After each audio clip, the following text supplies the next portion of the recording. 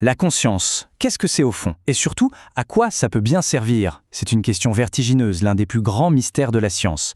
Aujourd'hui, on va plonger dans une théorie vraiment fascinante qui propose une image pour y répondre, une métaphore super puissante, celle du théâtre de l'esprit. On a tous déjà vécu ça, non?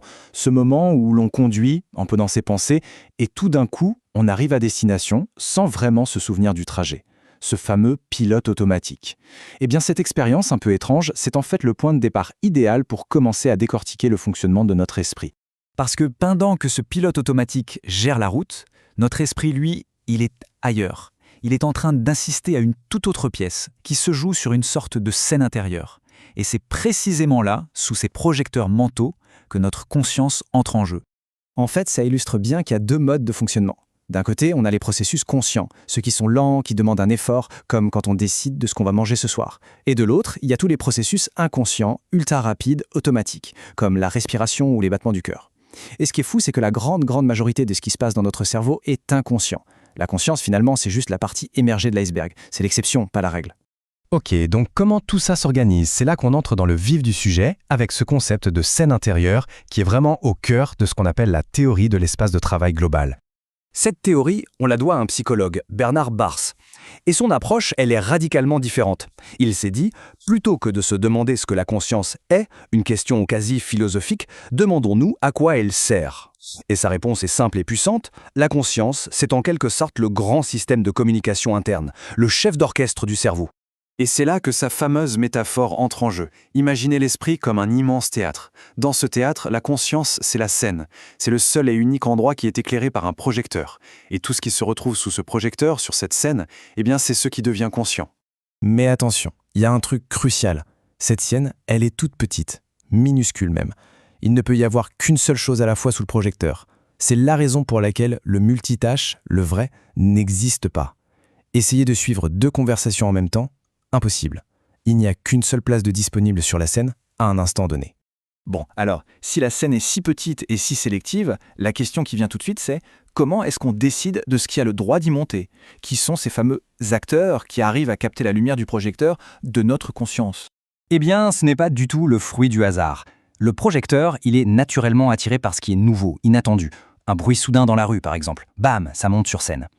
Il est aussi attiré par ce qui est pertinent pour nos objectifs du moment. Si on a faim, l'odeur d'une boulangerie va immédiatement capter notre attention.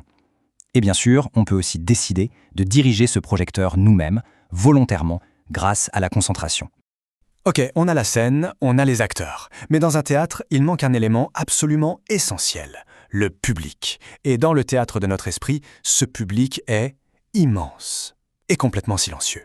Ce qui se passe sur scène, ce n'est pas juste un spectacle pour le spectacle. Non, la pièce est jouée pour une audience. Et cette audience, ce sont les millions de processus inconscients du cerveau. Pensez-y comme à des milliers de petits experts spécialisés qui gèrent absolument tout en coulisses, du langage à la mémoire jusqu'au contrôle de nos moindres mouvements.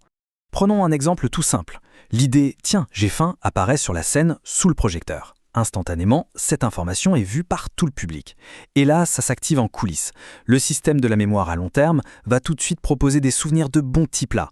Le système moteur, lui, commence déjà à esquisser un plan pour aller jusqu'au frigo.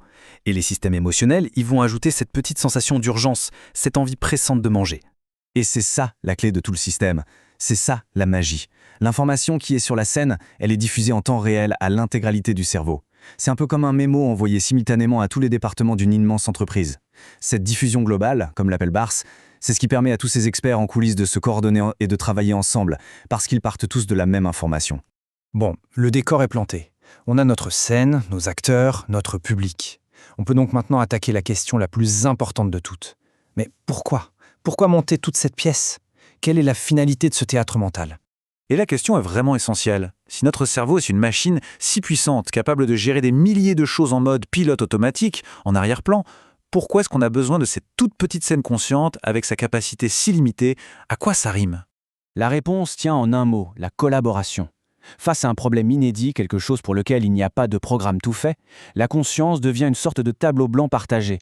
En mettant le problème sur la scène, on le rend visible à tous les experts en même temps. Le langage, la mémoire, la logique, la créativité, tout le monde est appelé à la rescousse. Et ensemble, ils peuvent élaborer une solution qu'aucun n'aurait pu trouver dans son coin. Mais attention, ce n'est pas seulement un outil pour résoudre des problèmes. Ce théâtre, c'est aussi notre simulateur personnel. notre salle d'entraînement mental. C'est en mettant une nouvelle compétence sur scène, encore et encore, qu'on finit par l'apprendre.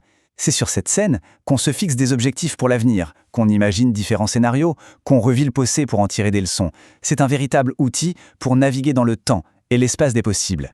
Alors, pour finir, prenons un peu de recul. Quel est l'impact de cette idée?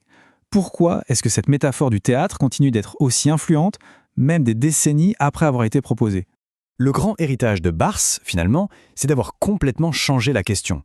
Il nous a fait arrêter de chercher une définition mystique de l'essence de la conscience pour nous concentrer sur une question bien plus pragmatique. À quoi ça sert? Et la réponse qu'il apporte est d'une élégance folle. La conscience n'est pas une chose, c'est une fonction. C'est l'outil de coordination ultime du cerveau, celui qui lui permet d'intégrer, de s'adapter et de résoudre des problèmes complexes. Et cet héritage est loin d'être un truc de musée, il est plus vivant que jamais. En neurosciences, les chercheurs essayent aujourd'hui d'identifier les réseaux de neurones qui correspondent à cet espace de travail global. Et du côté de l'intelligence artificielle, on s'inspire directement de ce modèle pour essayer de créer des IA moins rigides, plus flexibles, capables elles aussi d'intégrer des informations de manière globale pour mieux s'adapter. Alors voilà, pour conclure, une dernière pensée. Pendant que ces mots résonnent, en ce moment précis, il y a forcément quelque chose sur la scène de l'esprit. Un acteur sous le projecteur. Est-ce une idée qui vient de ce qu'on vient de voir? Le souvenir de quelque chose à faire tout à l'heure? Le simple fait de se poser cette question, ça vient de changer l'acteur sur scène. C'est ça, la magie du théâtre de l'esprit.